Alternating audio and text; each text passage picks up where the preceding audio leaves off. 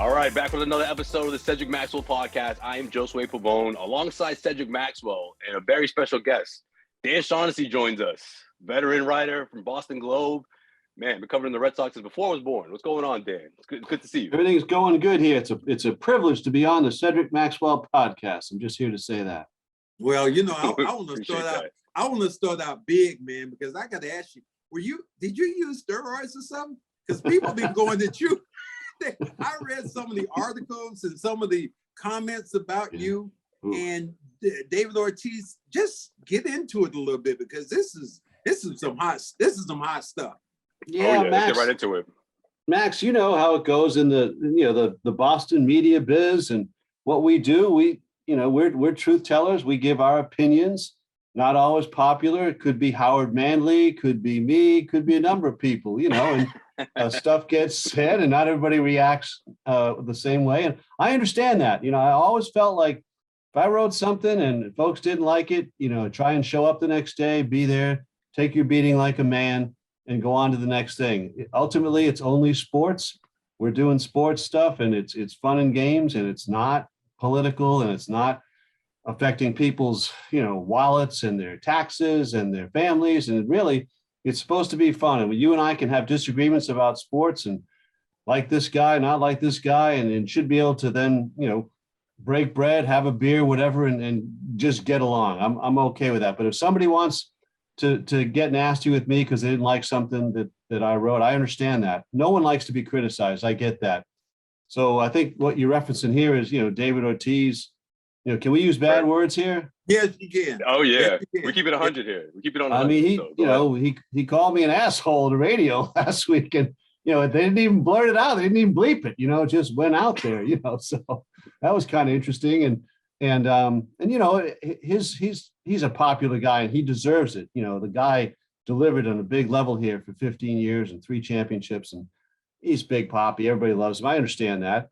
And I did not vote for him for the Hall of Fame. That's all. But there's a but. Right. What? Yeah. So there's a big button. Why didn't you vote? Why didn't you vote for him for the Hall of Fame? Well, again, I will say this: I'm one of 87 baseball writers in America who did not vote for him. So unless they're all assholes, they have their opinions for one reason or another. Now, numerically, I can count. I can do the math. He's got Hall of Fame statistics. I understand that. And I could be wrong, but I've never voted for anybody that I suspected was cheating on the PEDs, on the steroids, whatever. He did fail a drug test. His career path was very suspicious.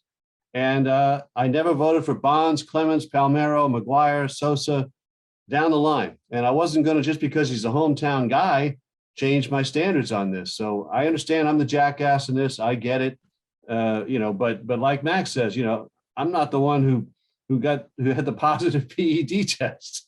So anyway, those are my standards. I understand those who vote differently, don't care that. To tell you the truth, it'd be a lot easier if Major League Baseball got rid of these standards, character clause, and you're supposed to consider these other things, and just went by the numbers. It'd be so much easier to vote for Hall of Fame on that. Football does that. O.J. Simpson's in the Hall of Fame. Who cares? That's it. His numbers are his numbers. He's in the Hall of Fame. If baseball did that, I would vote for all these guys, because like I say, I can count. I know David Ortiz, Barry Bonds, Mark McGuire have Hall of Fame numbers.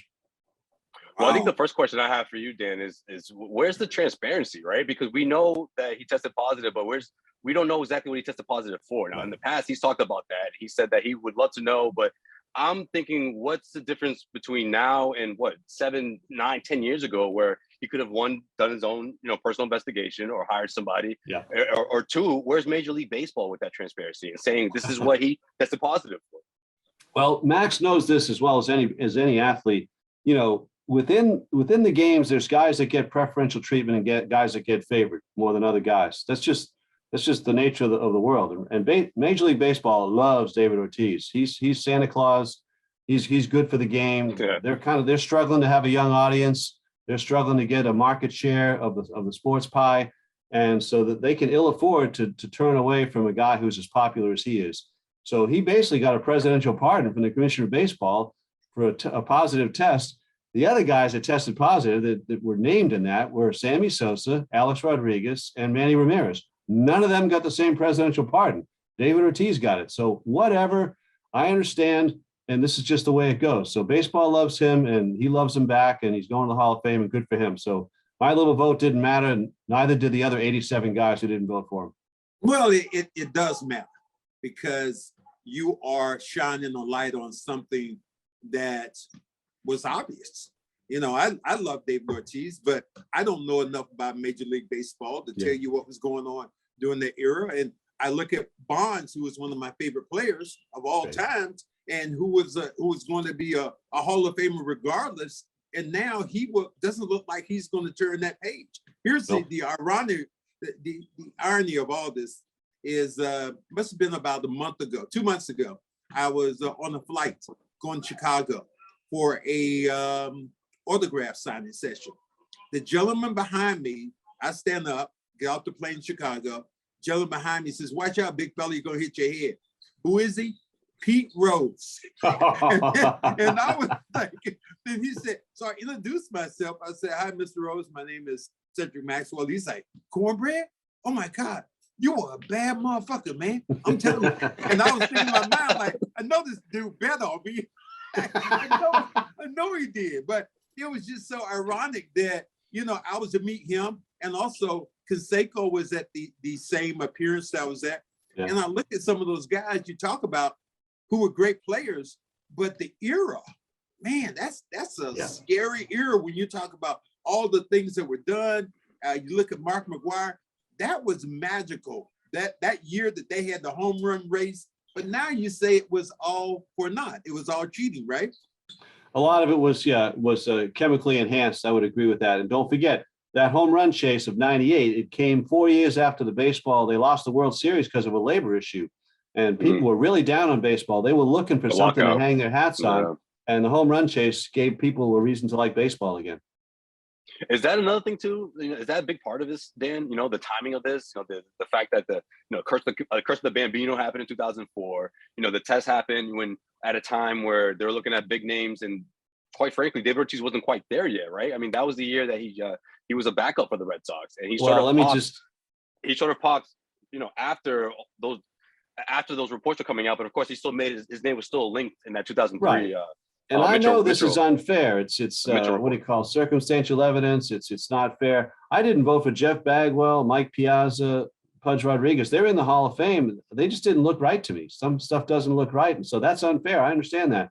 Everybody has their own standards. They got in anyway. Now with David, he got released at the age of 27. You cannot find a Major League Hall of Famer who got released at the age of 27. Max knows this. That's your athletic prime for young men in professional sports. In almost any sport, that's it. So he was okay, but you don't release a guy as a Hall of Famer at the age of 27. And he comes to Boston, which is the year that he tested positive. It's just very suspicious looking. It doesn't mean it happened, but anyway, it's enough for me, and that's that. But man, again, come on, Scoop. If it's a duck, if it's a duck, it quacks. It is a damn duck. And I've never. You know what is really crazy? I've never seen you make excuses when it comes to this. It's like, this is what happened, and it happens to be. I mean, I don't know enough about it. You have been there on the front lines. You say, I remember one time somebody said your bat speed does not increase as you start to get older, and was that one of the things you looked at with him? Max, that's all accurate. I wrote this last week, and people tried to burn my house down. I mean, I said, the career path, the things about getting released at 27, coming here, test positive, turns into Rambo. They were ready to release him in 2009 and 10. His numbers dipped dramatically, and then there was this amazing surge for the last 6 years, to the point when he's 40 years old, he had the top 2% of bat speed in all of baseball. And again, I could touch the rim when I was in high school. You know, it doesn't work that way as you get older. Max knows this. Yeah. And it's just, it's the eyeball test. It never worked for me. So and again, when I write all that, people do not want to hear it. And I understand that. So I'm not saying I didn't vote for him, and I have my suspicions. I can't prove it. And he may be clean all the way, but it didn't look right to me. One thing, how does someone like that get? Oh, sorry. One thing they said, excuse me, Joe. One thing they've said is that he was tested more than anybody in these last 8 or 9 years that he played, and they all came back clean. So how do you explain that part? Well, that's pretty easy. Again, Roger Clemens, Barry Bonds never failed a drug test. And it's actually a mistake to say you were tested more than anybody else. That indicates that they were targeting you for a reason. And I think that he should stop with that narrative, because he's often said how often he was tested, which is a little suspicious in itself. Excuse me, but this is one of his teammates that said that. I've heard his teammates say that. Said, I sat beside him. He was tested more than anybody else. And over again, he did not fail these drug tests. Yeah, well, you know how the cheaters are generally ahead of the testers, and the guys have figured it out. I mean, there's so much going on that they can't keep up with the human growth hormones. And look, go to the Olympics, watch those freaks. I mean, some of this stuff, it just doesn't make any sense. I mean, we were in. I remember being in it was either Atlanta or Australia. It was the 96, 2000 games. Ireland had this woman swimmer, Michelle Smith, and she's got the boyfriend he's the roids dealer. He's the bag man. And there's not a swimming pool in the whole country of Ireland. And she was setting all these world records. It was like, and everybody knew she was cheating her ass off. And of course, it all came out later. And I will also say, name one person, whether it's Lance Armstrong or, if it's Olympics, Ben Johnson, whenever it looks bad and someone gets accused, they always end up being dirty. No one was ever falsely accused that I can remember. It never ends up in a good way, whether it's bicycling, Olympics, baseball players. Generally, if people think it's true, it generally has been. Well, it's just something we talked about last week, and I remember saying this right when it probably a year removed from his final season, and I'm thinking, why retire now? And that was one of the things that popped in my mind. I was like, could it be, let me get out of here while I'm still getting away with this, or could it be, this is that time to retire because they may catch me soon? I guess my question is to you, Dan, is did baseball need this? Did they need a David Ortiz to sort of help with the ratings? Is that? Oh yeah. He was really good for the game. But you are correct with your suspicion about the retirement. It made no sense. It made no sense, right? It was almost, Max, what did you think when Michael Jordan went away for the first time, magically retired? Do you think that David Stern told him to retire for a couple of years? You know what? He just decided to do that? That I don't know. Oh, man, we're going down this road. I like this. And then here I go again. I don't know that. I know. And that's one of the things that really has puzzled me. Do you think that he was cheating, he was gambling, and David? No, there's no way you send the golden goose away. There's no way you send Michael Jordan away. I can't believe that in 1,000 years. I don't believe. I think that he was getting in too deep, and David Stern knew that, and they didn't want to punish him. I think it was an agreement, just go away for a couple of years and you can come back. I asked David Stern that the day that Michael retired, because the Red Sox, we were in Chicago when that happened, went over to the press conference. Everybody was there. The whole world was there. And it was very curious. And I asked David Stern that very question. He said, I don't answer ridiculous hypotheticals. I said, well, answer this one just so I can have you on record, because this looks to me like you're just telling him to go away for a little bit. And David denies that, or denied it to his dying day. But I'll always suspect that. So see, I'm just a suspicious guy. And that's my problem. I understand that. Well, the same suspicion I had when it came to me being on the cover of your newspaper every time the Celtics lost. I love how you said that. You're like, that didn't happen. There's no way that you're undercover. and I know he has this newspaper. And every time we lost the game. By the way, don't take offense to that voice. He does that to everybody. So everyone sounds like that. I know. You can see this. I swear to God. Hold on a second. Let me get the picture here. There it is. Yeah, that was it. There it is. Yeah. Brennan. That was after the Celtics lost a playoff game in Philly, because Max's theory was when we win, it's always the front page of your papers. Larry, Danny, Kev. He says, when we lose, it's me and Sheep with the, like this. And I went into the archives. Lost the game in Philly, and it's Max. With that black guy look going, huh? What happened? What happened? Right. It was just, and you know what? If you want to see him turn more red, all you have to do is talk about this. He will deny this to this day, going, no, it really wasn't. And we look at these papers and see me on the back cover on these losses and going, well, I'm not really sure. Maybe he might have something there. Yeah, that was like the New Year's Eve for you when I gave you those clippings of those pictures. That was the greatest. You loved that. It was so great. I got another one for you, Dan. And we talked about this last week, Max. Remember what I said? Everyone appreciated the phone call, the video of him getting the phone call and the celebrating and Pedro being next to him. And I appreciated it too. But the other side of my brain was thinking, did baseball set this, the MLB set this up, or was this some sort of an agreement? Like, I'll do the video as if I'm really surprised, because the way Ortiz has been talking throughout the years is just like, he's been so adamant about, obviously not being involved with anything like that, or passing these drug tests, or the fact that, baseball continues to test him. I was surprised that he would post a video of him looking so, surprised and so happy that he made it, instead of being like, that's what's supposed to happen. I shouldn't even been mentioned in the conversation of not being a Hall of Famer. See, you've been hanging around Max and myself too long, young man, because you're starting to get that suspicious gene there. You got to watch yourself. I brought it up last week, Max. Remember? I did say that. Yeah. I thought it was weird. The video was it was un-Ortiz-like for someone who is so adamant that he's clean, that he's so clean. Sure. The thing I find, Dan, to be so striking right now is the fact that how people are going at you.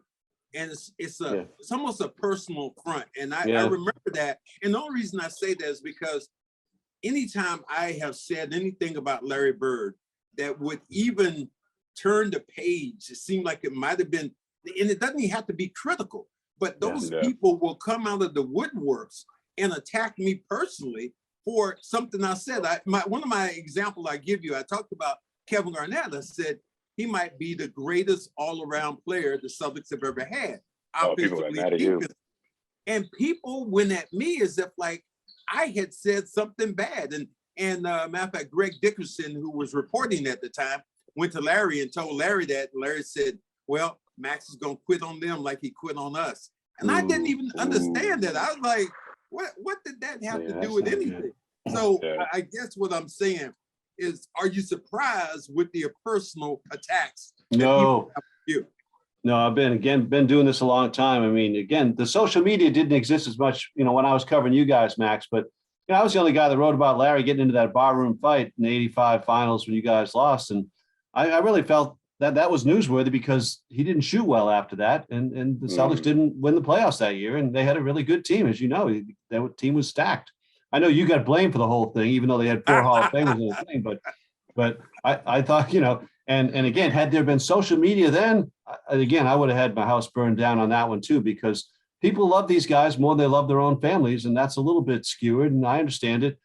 When Tom Brady was cheating, deflating those footballs, I wrote about that. A small thing, but they were doing it. And again, nobody wants to hear that. And people still remind you that stuff. So there's certain guys that are sacred in this town, and David is one. Tom was one, Larry was one, and that's it. And I understand that comes with it, but nobody's perfect. And when stuff happens, I feel obligated to put my opinion to it. That's what I get paid to do. But the personal nature of the attacks, part of this, Max, is anonymity. You got your name on there. You go on the radio, people know it's Cedric Maxwell talking. Same with me.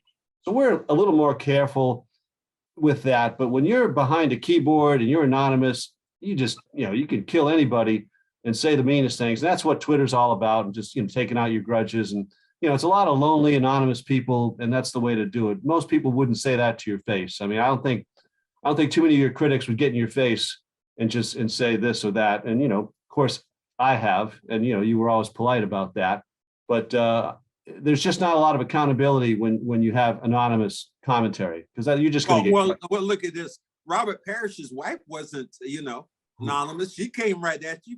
You wrote a few things about him, and she would just blast into you as soon as she saw you. You did not want. What'd you say? I want to hear these stories. What'd you say? You didn't want to be on the other side of Mrs. Chief. I can tell you that. It was not good. Dan didn't really write anything that was really bad about Robert. It maybe was the holdout with the contract. He didn't get enough or something like that.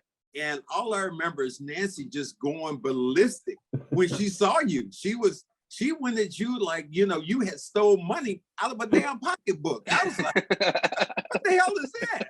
Yeah. And everybody loved that. First time I talked to Larry out there, he goes, yeah, I heard Chief's wife beat you up with her purse. People just, it was always kind of a point of amusement for everybody. Because as Max knows, Nancy was very fiery. and did not hold back and kind of would go at anybody. And I was on the list at that time because he didn't like me, she didn't like me. But I remember how Reggie Jackson was Mr. October in baseball. Well, I used to have this version that Chief didn't do as well in the playoffs as he did in the fall. So I would call him basketball's Mr. Okay. October. And you don't want to be Mr. October in basketball because those are the games that don't count. Yeah. So especially back then. They had like 12 preseason games in October. That might have been kind of a low blow. I don't know, but stuff like that. It's like when I said Bucky had no clue, and Max never let that one go either. So that was what? Here's Max doesn't let anything go. Anything go. Shaughnessy story that you absolutely love, and this is when everything happened. Actually, Bernard King, and this is one of the best.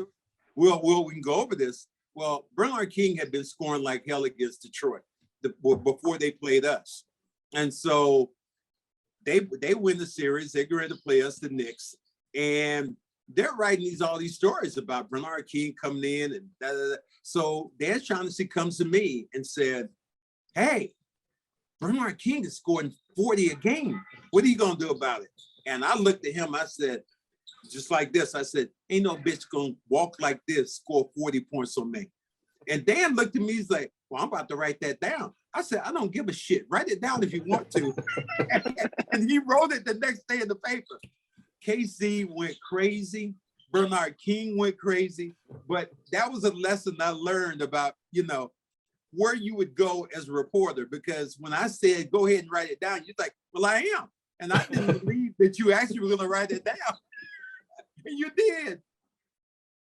That was a great moment. And of course, we went to New York, and Max, we did shut him. The Celtics shut him down a couple games, and he got 40 in Game 4. And oh man, the New York Post had the bitches back on the back cover, and oh man, it was just it was crazy times. Crazy. Ask Huey Brown about that. He still remembers that. That was one of the great series of all time, and a lot of back and forth on that. It was wonderful. Did you get so much enjoyment as a broadcaster, as a writer, because we were so open at that time, and we would tell you whatever you would ask us, you better be ready because we're going to tell you the truth. Not like the players today who were like, I wish they were like that with us. Maybe possible, but right now it was like, okay, if you're bold enough to ask, damn it, we're bold enough to say it. It was the only team I ever covered that was like that. The only other time you encounter that kind of honesty and candor and was talking to boxers. Boxers always talk like that. It's like, yeah, I'm going to kick the crap out of this guy, but that whole team, Max, ML, Mikhail would do it, Danny do it, Larry do it sometimes. And it was gold for us. And, for poor Casey, because he did not do it, he was the opposite of that. And he had no control over that. But I remember when he didn't like Max saying about Bernard, being a bitch, Max said, if you're scared, get a dog. That was it. And that was just, he was smart enough to let these guys be themselves. And boy, it made for the most colorful. That's why the title of my book is Wish It Lasted Forever. Because again, when you're a writer, you got those kind of talkers, and they were all world trash talkers, that whole team. You guys were the best. What are your favorite teams that you've covered? That's any it. Sport. The Celtics, 83-84 Celtics were my favorite team of all time. It's the first year Casey became coach. Fitch kind of had to go, and Max was still at the height of his powers, and Larry was starting his MVP run.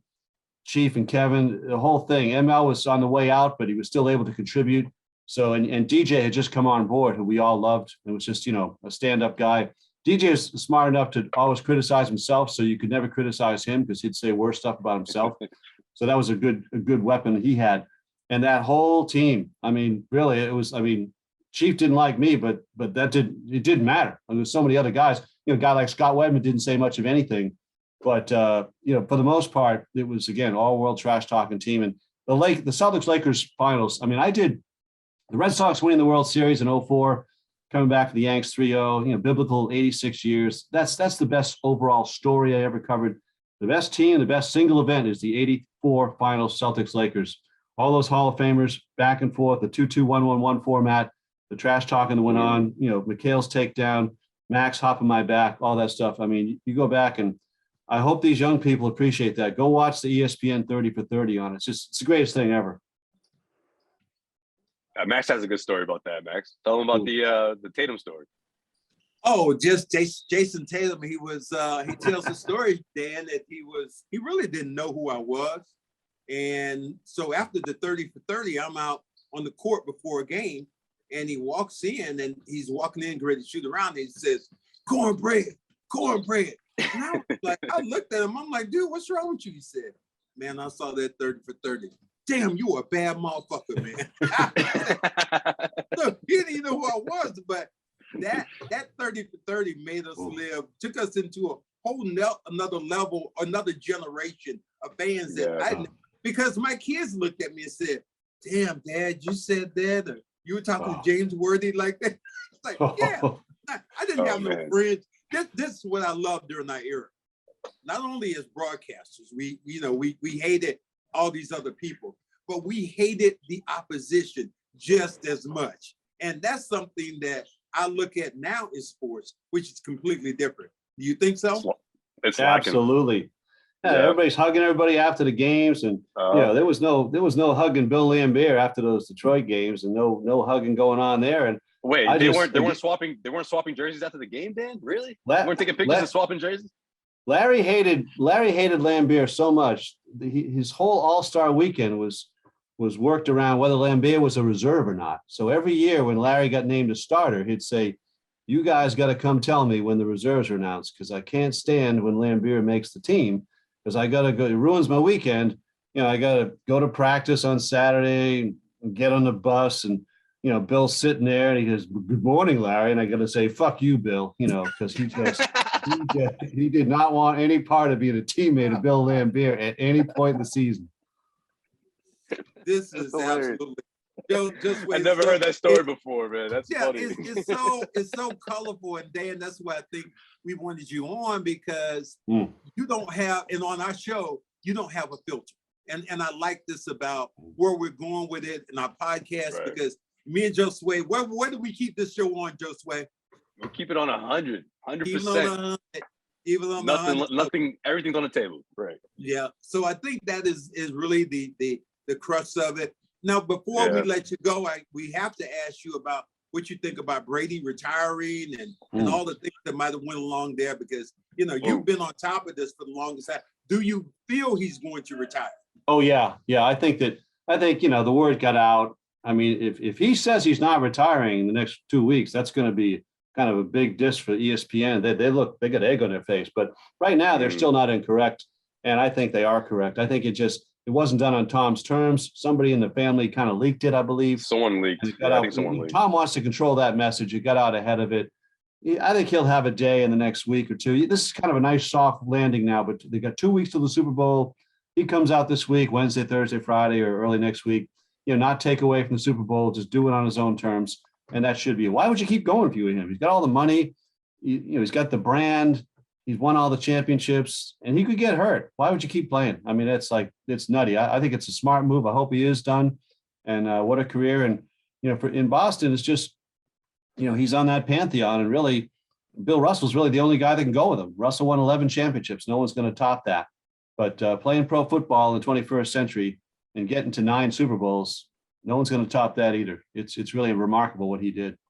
We always ask about one thing before you get this, Josue. Yeah, I just have one more question. Give me your Mount Rushmore of sports. Easy. It's easy. Yes. I mean, in Boston. No, wait, your Mount Rushmore. I don't give a damn. Your Mount Rushmore.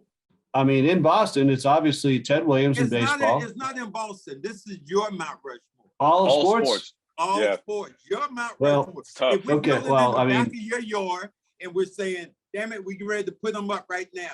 Give me your Mount Rushmore. 4 guys, 4 people. One in each sport? Doesn't have to be. You can do 4. I would do one. I would do one in each sport. So Bobby Orr would be my hockey player, and Babe Ruth would be my baseball player, and my football player is going to be Tom Brady, I guess. So I mean, I think Jim Brown was a better football player, but you can't really match what Brady has done.